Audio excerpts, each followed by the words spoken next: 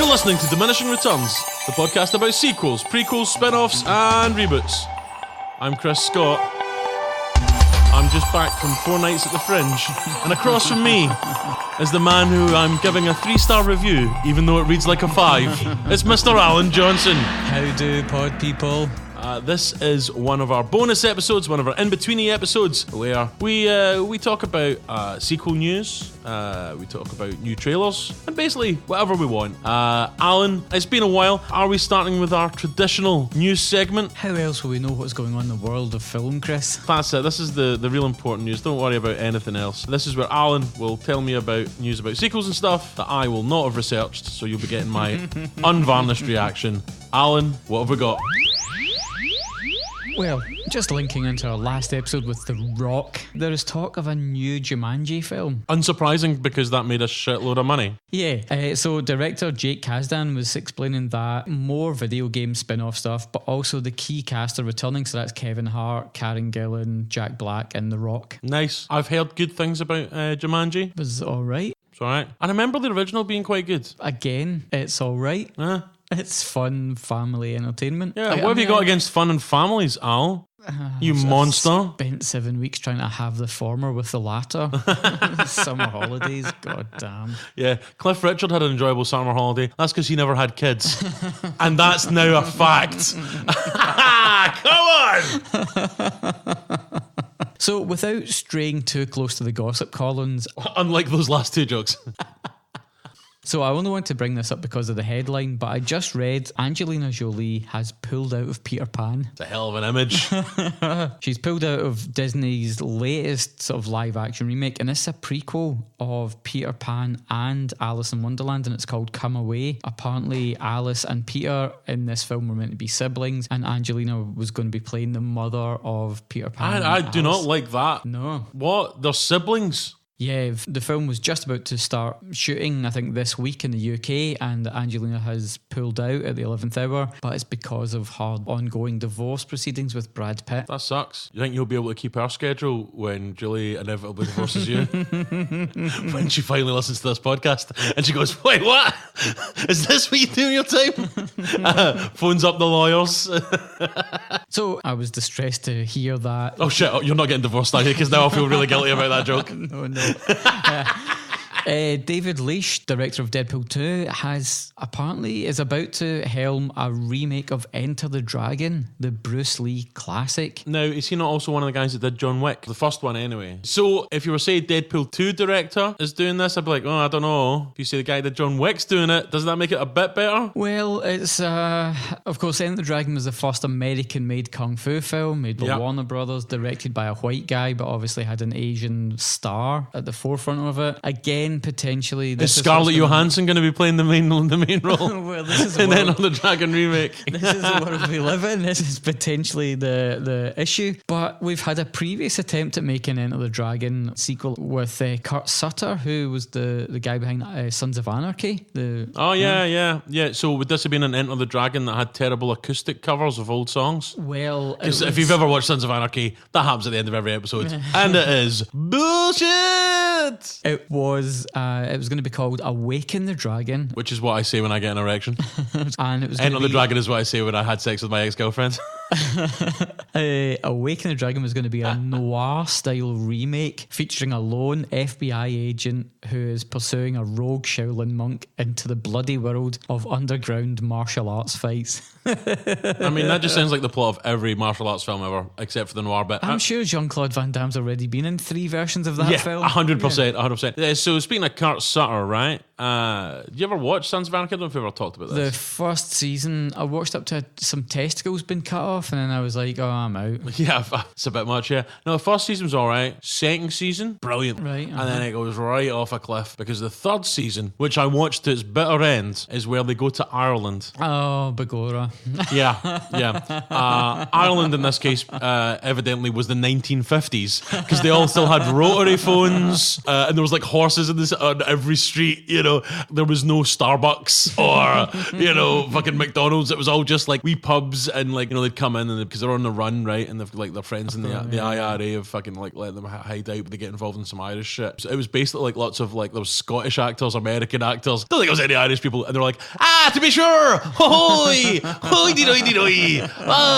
we're all criminals. And yeah, it was like watching a time travel comedy where like people from the future go into the past. It was I would say borderline offensive.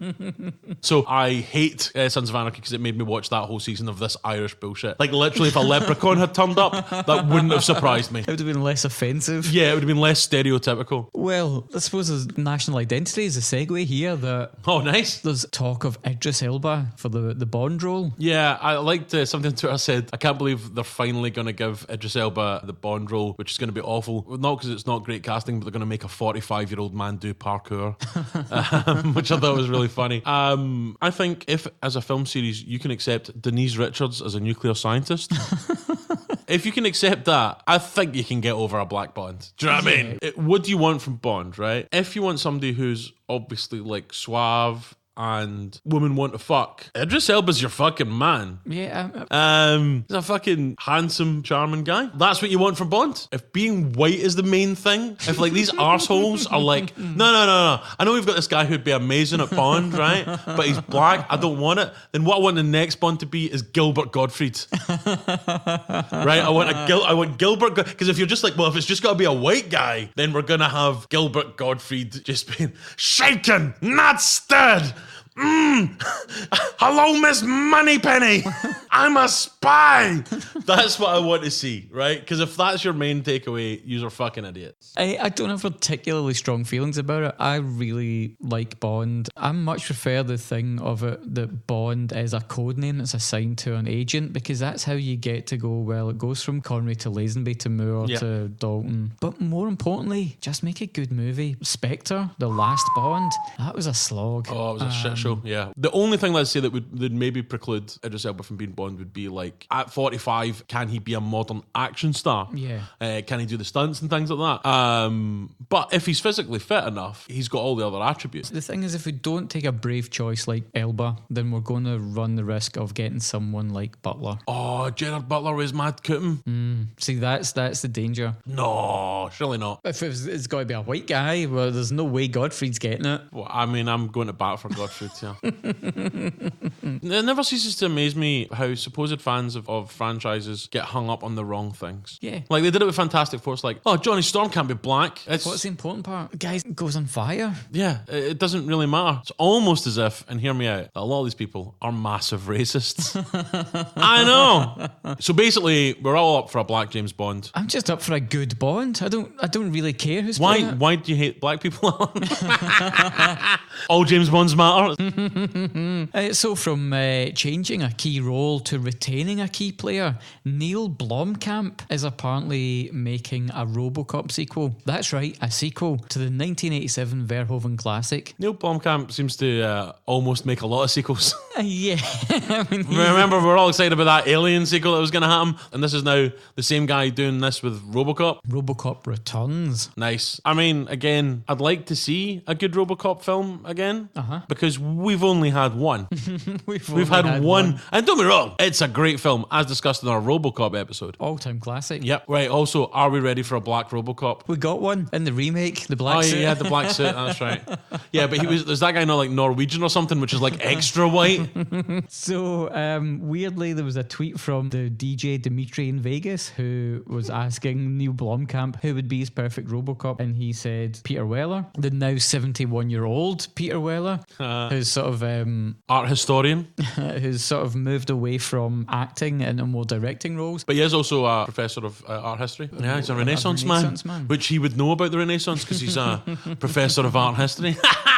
But it throws up a nice new terminology for us. With Halloween and Terminator 6, we now look like we're going to have what are known as legacy sequels, where it's a sequel that ignores other entries in the franchise. Right, okay. I mean, that's cool. You've got another term that you can throw in. That makes you really happy, doesn't it, Alan? Yeah. I mean, your wee face when you said that was adorable. It was like a child on Christmas morn. Well, social justice rears its ugly head once more. The ugly head, brilliant. James Gunn has, of course, been sacked from Guardians of the Galaxy. We haven't had a Volume chance. 3. Yeah, we've not talked about chance this. to chat about this. So much has gone down.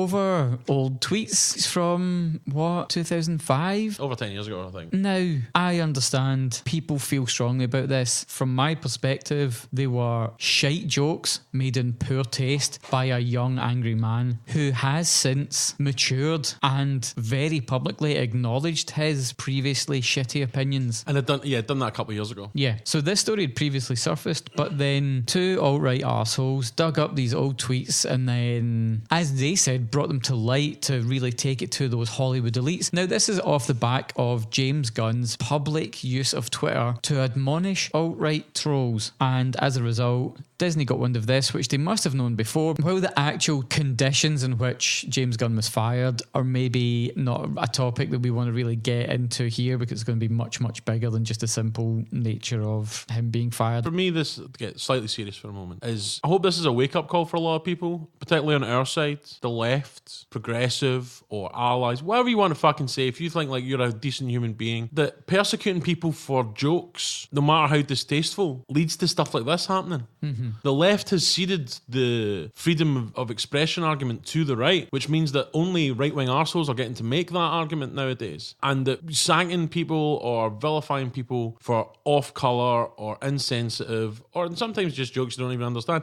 I've read those jokes that he did. They're obviously bad taste jokes. Now, some of the nutters on the right wing are saying that these things are actually trying to normalise paedophilia and things like that. Well, it's because it feeds back into their Pizzagate conspiracy theory. Yeah, that's obviously insane. But at the same time, there's a lot of people that are going, but James Gunn's changed and blah, blah, blah. But they would maybe not have allowed the same for people on the right. Mm-hmm. And so I hope this is a wake-up call for people that I would say I'm sort of centre-left, broadly left-wing. Freedom of speech is an essential part of the freedoms and liberties that we have. Mm-hmm. And yeah, you can go and hassle right-wing people and go, yeah, but those guys are arseholes. But eventually it comes back and bites you in the arse. The standards that you set for yourself should be the same that you set for other people. Mm-hmm. Which is why I keep my standards low, both sexually and for jokes online. I mean, they're obviously jokes, and to sack somebody for things that aren't real, effectively jokes aren't real, is ridiculous. And you're okay to not like jokes. The James Gunn thing means that we're going to maybe not get as good a Guardians of the Galaxy film, which I think is the most important thing in the world. Once we start just trying to dig up everybody's past and try and, vilify everybody for everything to make ourselves feel better and pretend that we're all morally superior, that this is what it leads to. It leads to, everybody agrees this guy's grown as a human being and as a better person, and we all know that those things that he tweeted are jokes, but he's still getting the sack. Mm-hmm. Well, cool. Mm-hmm. Well, that's that. Yeah. That's the rules of the game that you've now established. There is nothing wrong with a fucking sick joke. I get it if you don't like it, but I don't like fucking X Factor. Do you know what I mean? I don't like that entertainment. That entertainment's offensive to me. I don't fucking want people sacked because they fucking liked X Factor. So what I'm saying is, please don't look at my Twitter feed because I've got loads of dirty jokes. Well, just to round out on this topic, so there's now talk of the potential that Disney will reboot the Guardians of the Galaxy entirely, or alternatively they'll press on but use James Gunn's script. Yeah, I've heard that. There was news coming out recently about Disney being convinced to rehire and Marvel actually putting pressure on Disney to rehire Gunn. But there was an article online today from Variety that stated Disney's position as standing firm on their decision to sack Gunn, which ultimately harms the franchise greatly. Yeah, let me just say though, to be slightly against James Gunn for a second, maybe the worst haircut I've ever seen. like if the right wing guys got him sacked for his insane haircut for a man who's about 50, I would be, you know what, guys? I mean, I hate this Donald Trump fella and everything, but boy, you've got a point about the haircut. Sack him, but yeah. Do you remember when movies were just about movies and not... What, like movies about movies, like Cinema Paradiso? The Player. Yeah, Last Action Hero. Savvy deconstruction of the medium. Yeah. Right. Look at this news roundup. We've got James Gunn's terrible situation. Angelina and Brad's personal life are pulled out into the media. We've got a potential of a black bond and how the whole of the white world is now like... Well, not the whole of the white world. This is very... I mean, I'm pretty white and you're Scottish ginger. It's like the third most white. So no, don't say all white. But yes, you're right. There's a lot of racial, political and personal furor. Yes. when we should be doing something much, much more fun, like talking trailers. Wait, instead of talking about a revolution, Yeah. are we talking about trailer talk? We sure are. It's trailer talk! Bam, bam, bam! What do you want to talk about first, man? Well, it's just been Comic-Con, so how about we tee up a couple of trailers that dropped at Comic-Con? Well, we start off with Godzilla, King of the Monsters. Yeah. The Titans are awakening. Yeah. Which basically means big beasties. Yeah, funny how they're referred to as Titans, but the title clearly states he's a monster. Yeah. I mean, King of the people- Titans. Why not just King Titan? Yeah. No. That's a cool title. Shit. But turns out that it's part of the burgeoning monster verse. Is that Here what they're we go calling again. that? I don't know if this is what it's called, but it's the sequel to 2014 Godzilla. This trailer has elements that link to the after credit sequence in Kong Skull Island. Yeah, so it's Monarch, is it? Monarch, yeah. yeah. They're the shield of the Godzilla universe. I'm not calling it. Who's the people that made Godzilla back in the day? Toho. They should call it like the Toho universe. Yeah, Toho verse or Kaiju verse or Yeah. So basically, the people that made Godzilla were like, boy, we really need a cinematic universe. So they did Kong, Skull Island. Have you seen that? yes, Bits of it were all right. That's exactly how it described that. The bits of that were all right. I'll say its visual aesthetic was brilliant. I really liked the look, the stuff that was happening. A lot of bits of it were also shit. Yeah. Yeah, this is basically like, it starts off with it's like voiceover, and it's like the kind of thing you've seen a million times before. It's like Earth is ill, human beings are the disease, blah blah blah blah, and it's like the Titans are the fever that the Earth has sent out, and it's like, oh, this is getting a bit round the houses. It's like the Titans are the fever that are mopping the brow of Mother Nature. Monarch's going to be the paracetamol that stops the fever that's stopping the humans. So we take two before we have with dinner. It'll last for 4 hours. And Can that'll you drink with them? Can you- Is yeah, it okay to have yeah. alcohol while they have these monsters? Yeah, so basically, monsters are coming. That's what you get from this. Monsters are happening. Monsters are happening. There's Mothra. Yep. Rodan. Rodan, yeah. And what's the other one, the three heads? Well, they refer to it in the movie as Monster Zero, but it's clearly King Ghidorah. Okay, that's it. For me, I was just happy to see the guy that played Coach Taylor on Friday Night Lights. Kyle Chandler. I mean, I think everyone that's seen Friday Night Lights, every time you see him, just goes, Yeah, it's yeah. Coach. I want him to tell Godzilla to take a knee. Take a knee, son. And he's just going to give him some like folksy wisdom that will actually be really, really important. Clear eyes, full hearts, destroy that city, Godzilla. That's what it's going to be like. It's going to be good fun. Yeah, so here's the thing. Yeah. I should be dead excited about this, and I saw friends were dead excited about this, but I'm not sure if I am. Yeah, it's a sequel to 2014 Gareth Edwards' Godzilla. I've not seen it. It was just okay. While I'm excited to see Ghidorah and Mothra and Rodan, I mean, I don't know, there's just not that push for me to want to see this film. Yeah, I hope it's good, but I'm not excited about it, and I should be. Yeah. As an aside, what is exciting is there's a Monarch website that you can go to and you can track classified and declassified monster sighting zones. And there's one in Scotland. So That'll be Nessie. I'm sure that's just the gag. We're usually either out or in for a trailer, and this seems like we're kind of out, but we're hoping that it'll be okay. Loads to go for it, environmental disasters, broken families, all dead exciting, but I'm just like... And this was a runaway hit of the trailers that were dropped during Comic-Con. This was a hit, created the biggest sort of noise around it. People were really excited about it. Loads of and my I'm friends just were as like, well, yeah. Let's move on. Okay, so I'm assuming then if we're doing a little run of Comic-Con stuff, we've got some DC to chat about. Yes, a brace of DC movies coming out that are hopefully going to capitalise on all the good work laid down by Superman, Batman, Justice League. That was really nice. So next up, we have Aquaman. I mean, listen. Season 2 of Entourage wasn't enough for you. Yeah.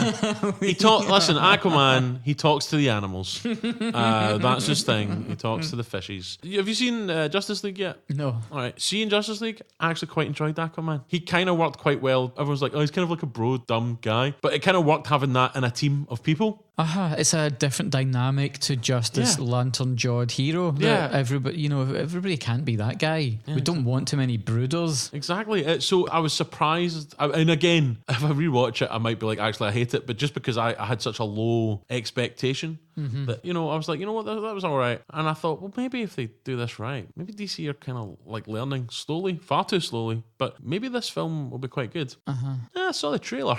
And it just looked like another dull DC film, basically. Yeah, they all have this really weird look to them. I'll say that the undersea stuff had this odd look that the DC films seem to have. Yeah. And also, like, the soundtrack wasn't Under the Sea, from The Little Mermaid. But it would have been like a brooding version, like with a really sort of mournful piano. That's it, the slow ballad. Under the sea.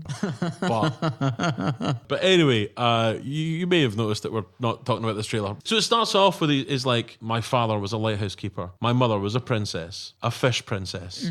I mean, like, he's pumped a fish princess. I don't really understand Aquaman, but they're all like live under the water, so they're kind of like mer people, but they don't have the fish bits. They're Atlanteans, so relating back to the mysterious island, these are the people that live on Atlantis, the sunken the city city. of Atlantis. And I'm annoyed that they're going for DC's New 52 origin story of Aquaman, because the original Aquaman has a much more hilarious backstory where, yes, it is correct that his mother was Queen Atlana, from Atlantis. Yep. But his dad was a spirit Atlan, so his dad's a ghost, his mum's a... Wait, and they both also had really similar names. Yeah, But the baby was banished from Atlantis and it was raised by a dolphin called Porm before he was found by a lighthouse keeper, and the lighthouse keeper was called Arthur Curry, and he then raised the boy as a human above the sea before he went back to seek out... That sounds amazing. Yeah, this New 52 bullshit of like his dad is the lighthouse keeper and his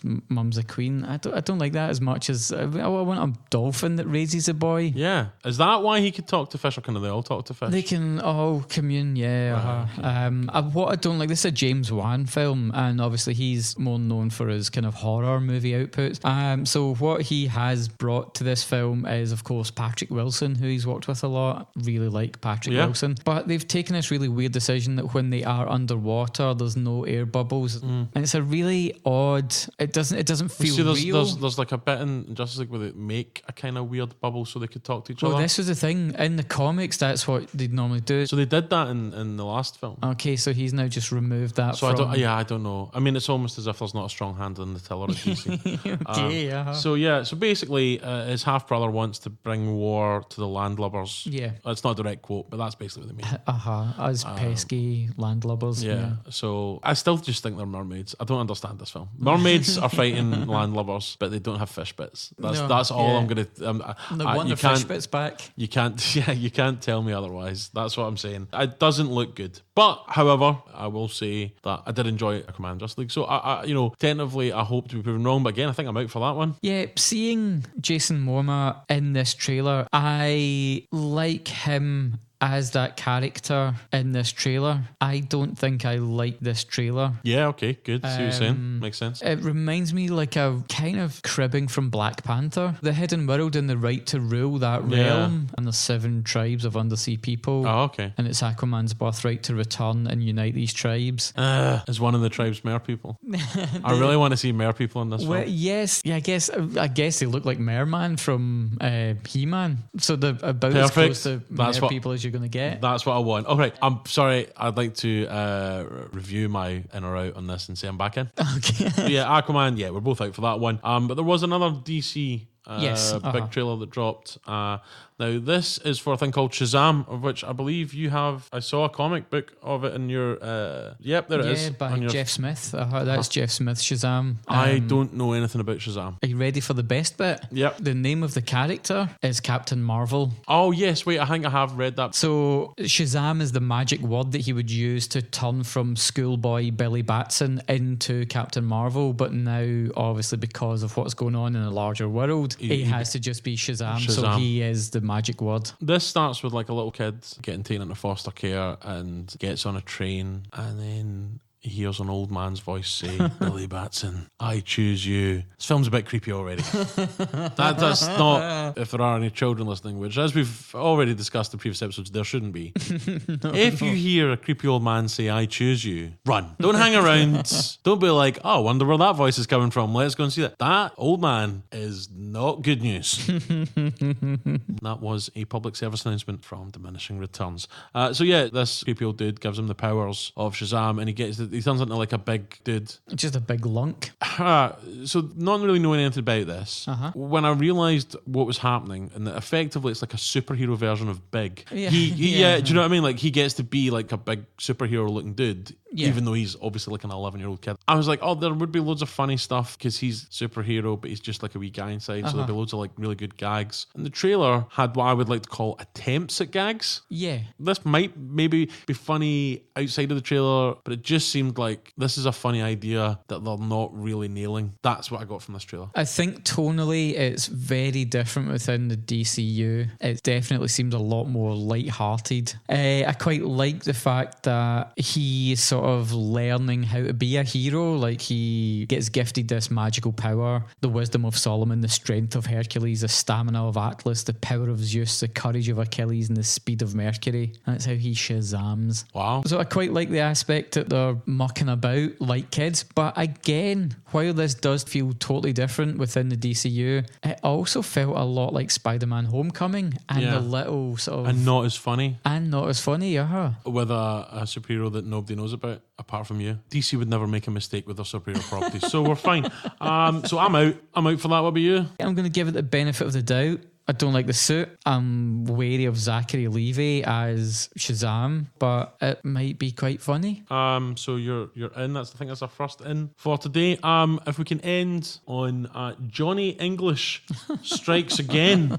Let's wind back to the Bond debate. I mean, if somebody's going to make a mockery of Bond, let me assure you, it is not Idris Elba, it is Rowan Atkinson. So this is of Rowan Atkinson's sort of Bond spoof, which is this is the third one, I believe. Yes, Now, Alan, so Rowan Atkinson has been in the news recently because he backed Boris Johnson. Now, if you don't remember, or if you're not from the UK, you might not have seen this, Boris Johnson was the former Foreign Secretary and is a current Member of Parliament who is well known for having ambitions to be the leader of the Conservative Party and then Prime Minister, basically.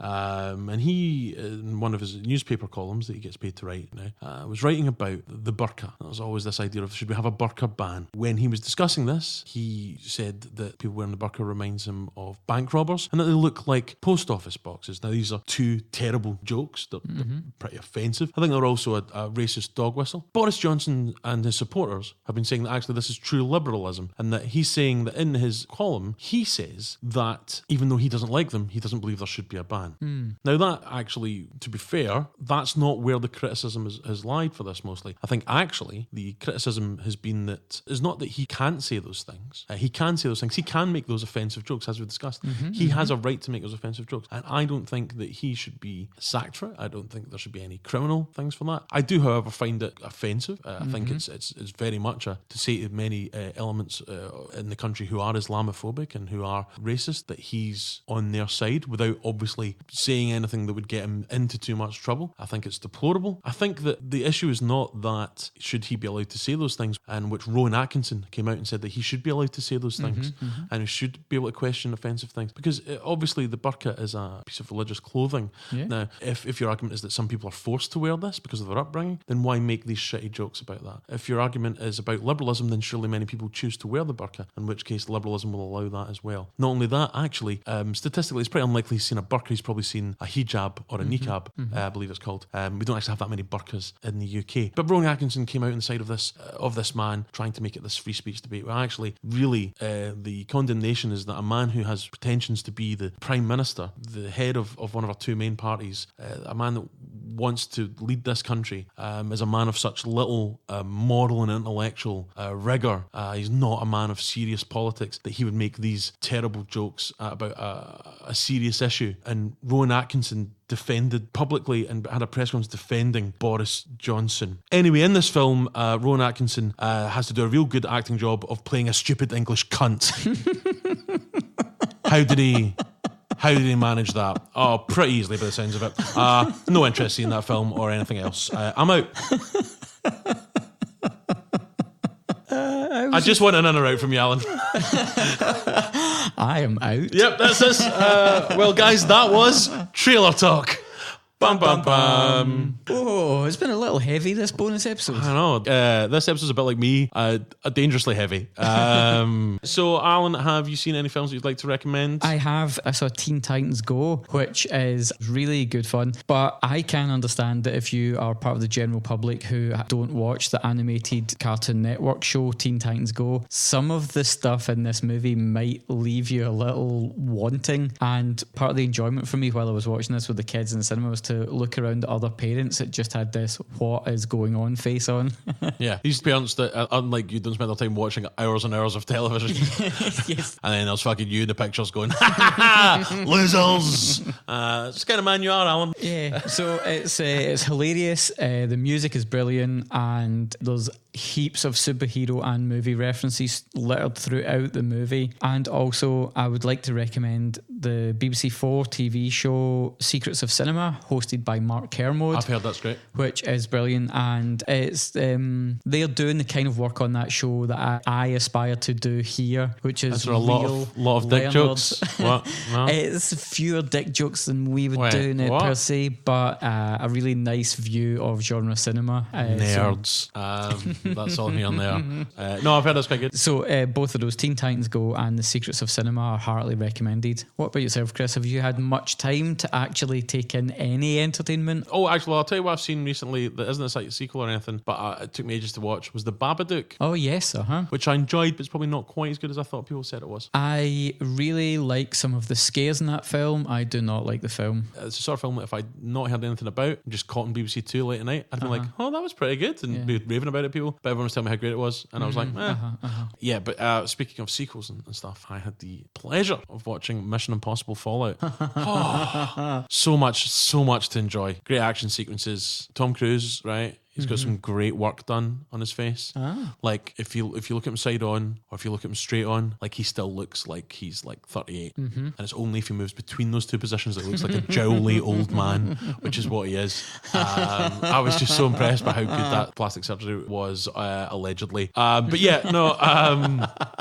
Gotta give the boys due. I think somebody pointed out, so, the same age as Wilford Brimley was in Cocoon. Yes. These stunts are immense. Like, they are immense. It's a thrill ride. It's so exciting. Superman, Henry Cavill, is an absolute beast in it. It's really good. It's really good. Mission Impossible Fallout, it's fantastic. If you like the last one, which I loved, you'll love this one. Despite all his utter madness and a lot of bad things about Tom Cruise, that guy's a movie star. Have I told you I met him once? No. He's a really strange guy, but no surprises. But he is 100% committed to giving his audience absolute entertainment. That's all he's concerned about, is your enjoyment. Kind of his central mission, would you say? It's his mission. Mission accomplished. I'll tell my Tom Cruise story another time, because it doesn't really go anywhere. All right, cool.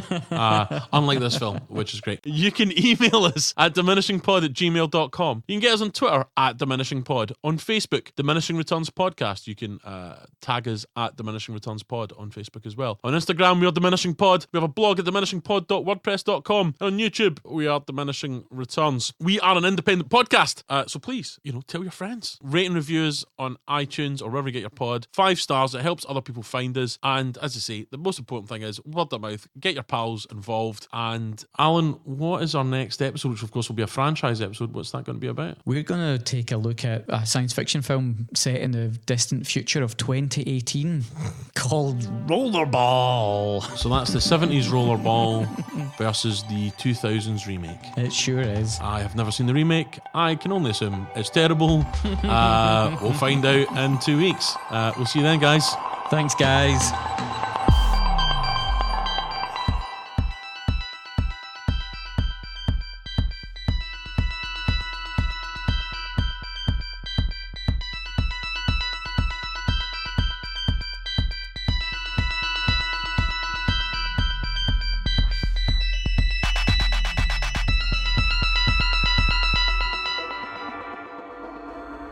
An online petition to have Wonder Woman's bisexuality portrayed on screen has almost attained its 15,000 signatures. Warner Bros. will be more than happy to have Wonder Woman kiss a woman in their films. They'll be like, oh no, guys, we're gonna have to make this hot woman kissing a girl. Oh no, oh, you really fucking pushed our arms into that one, right?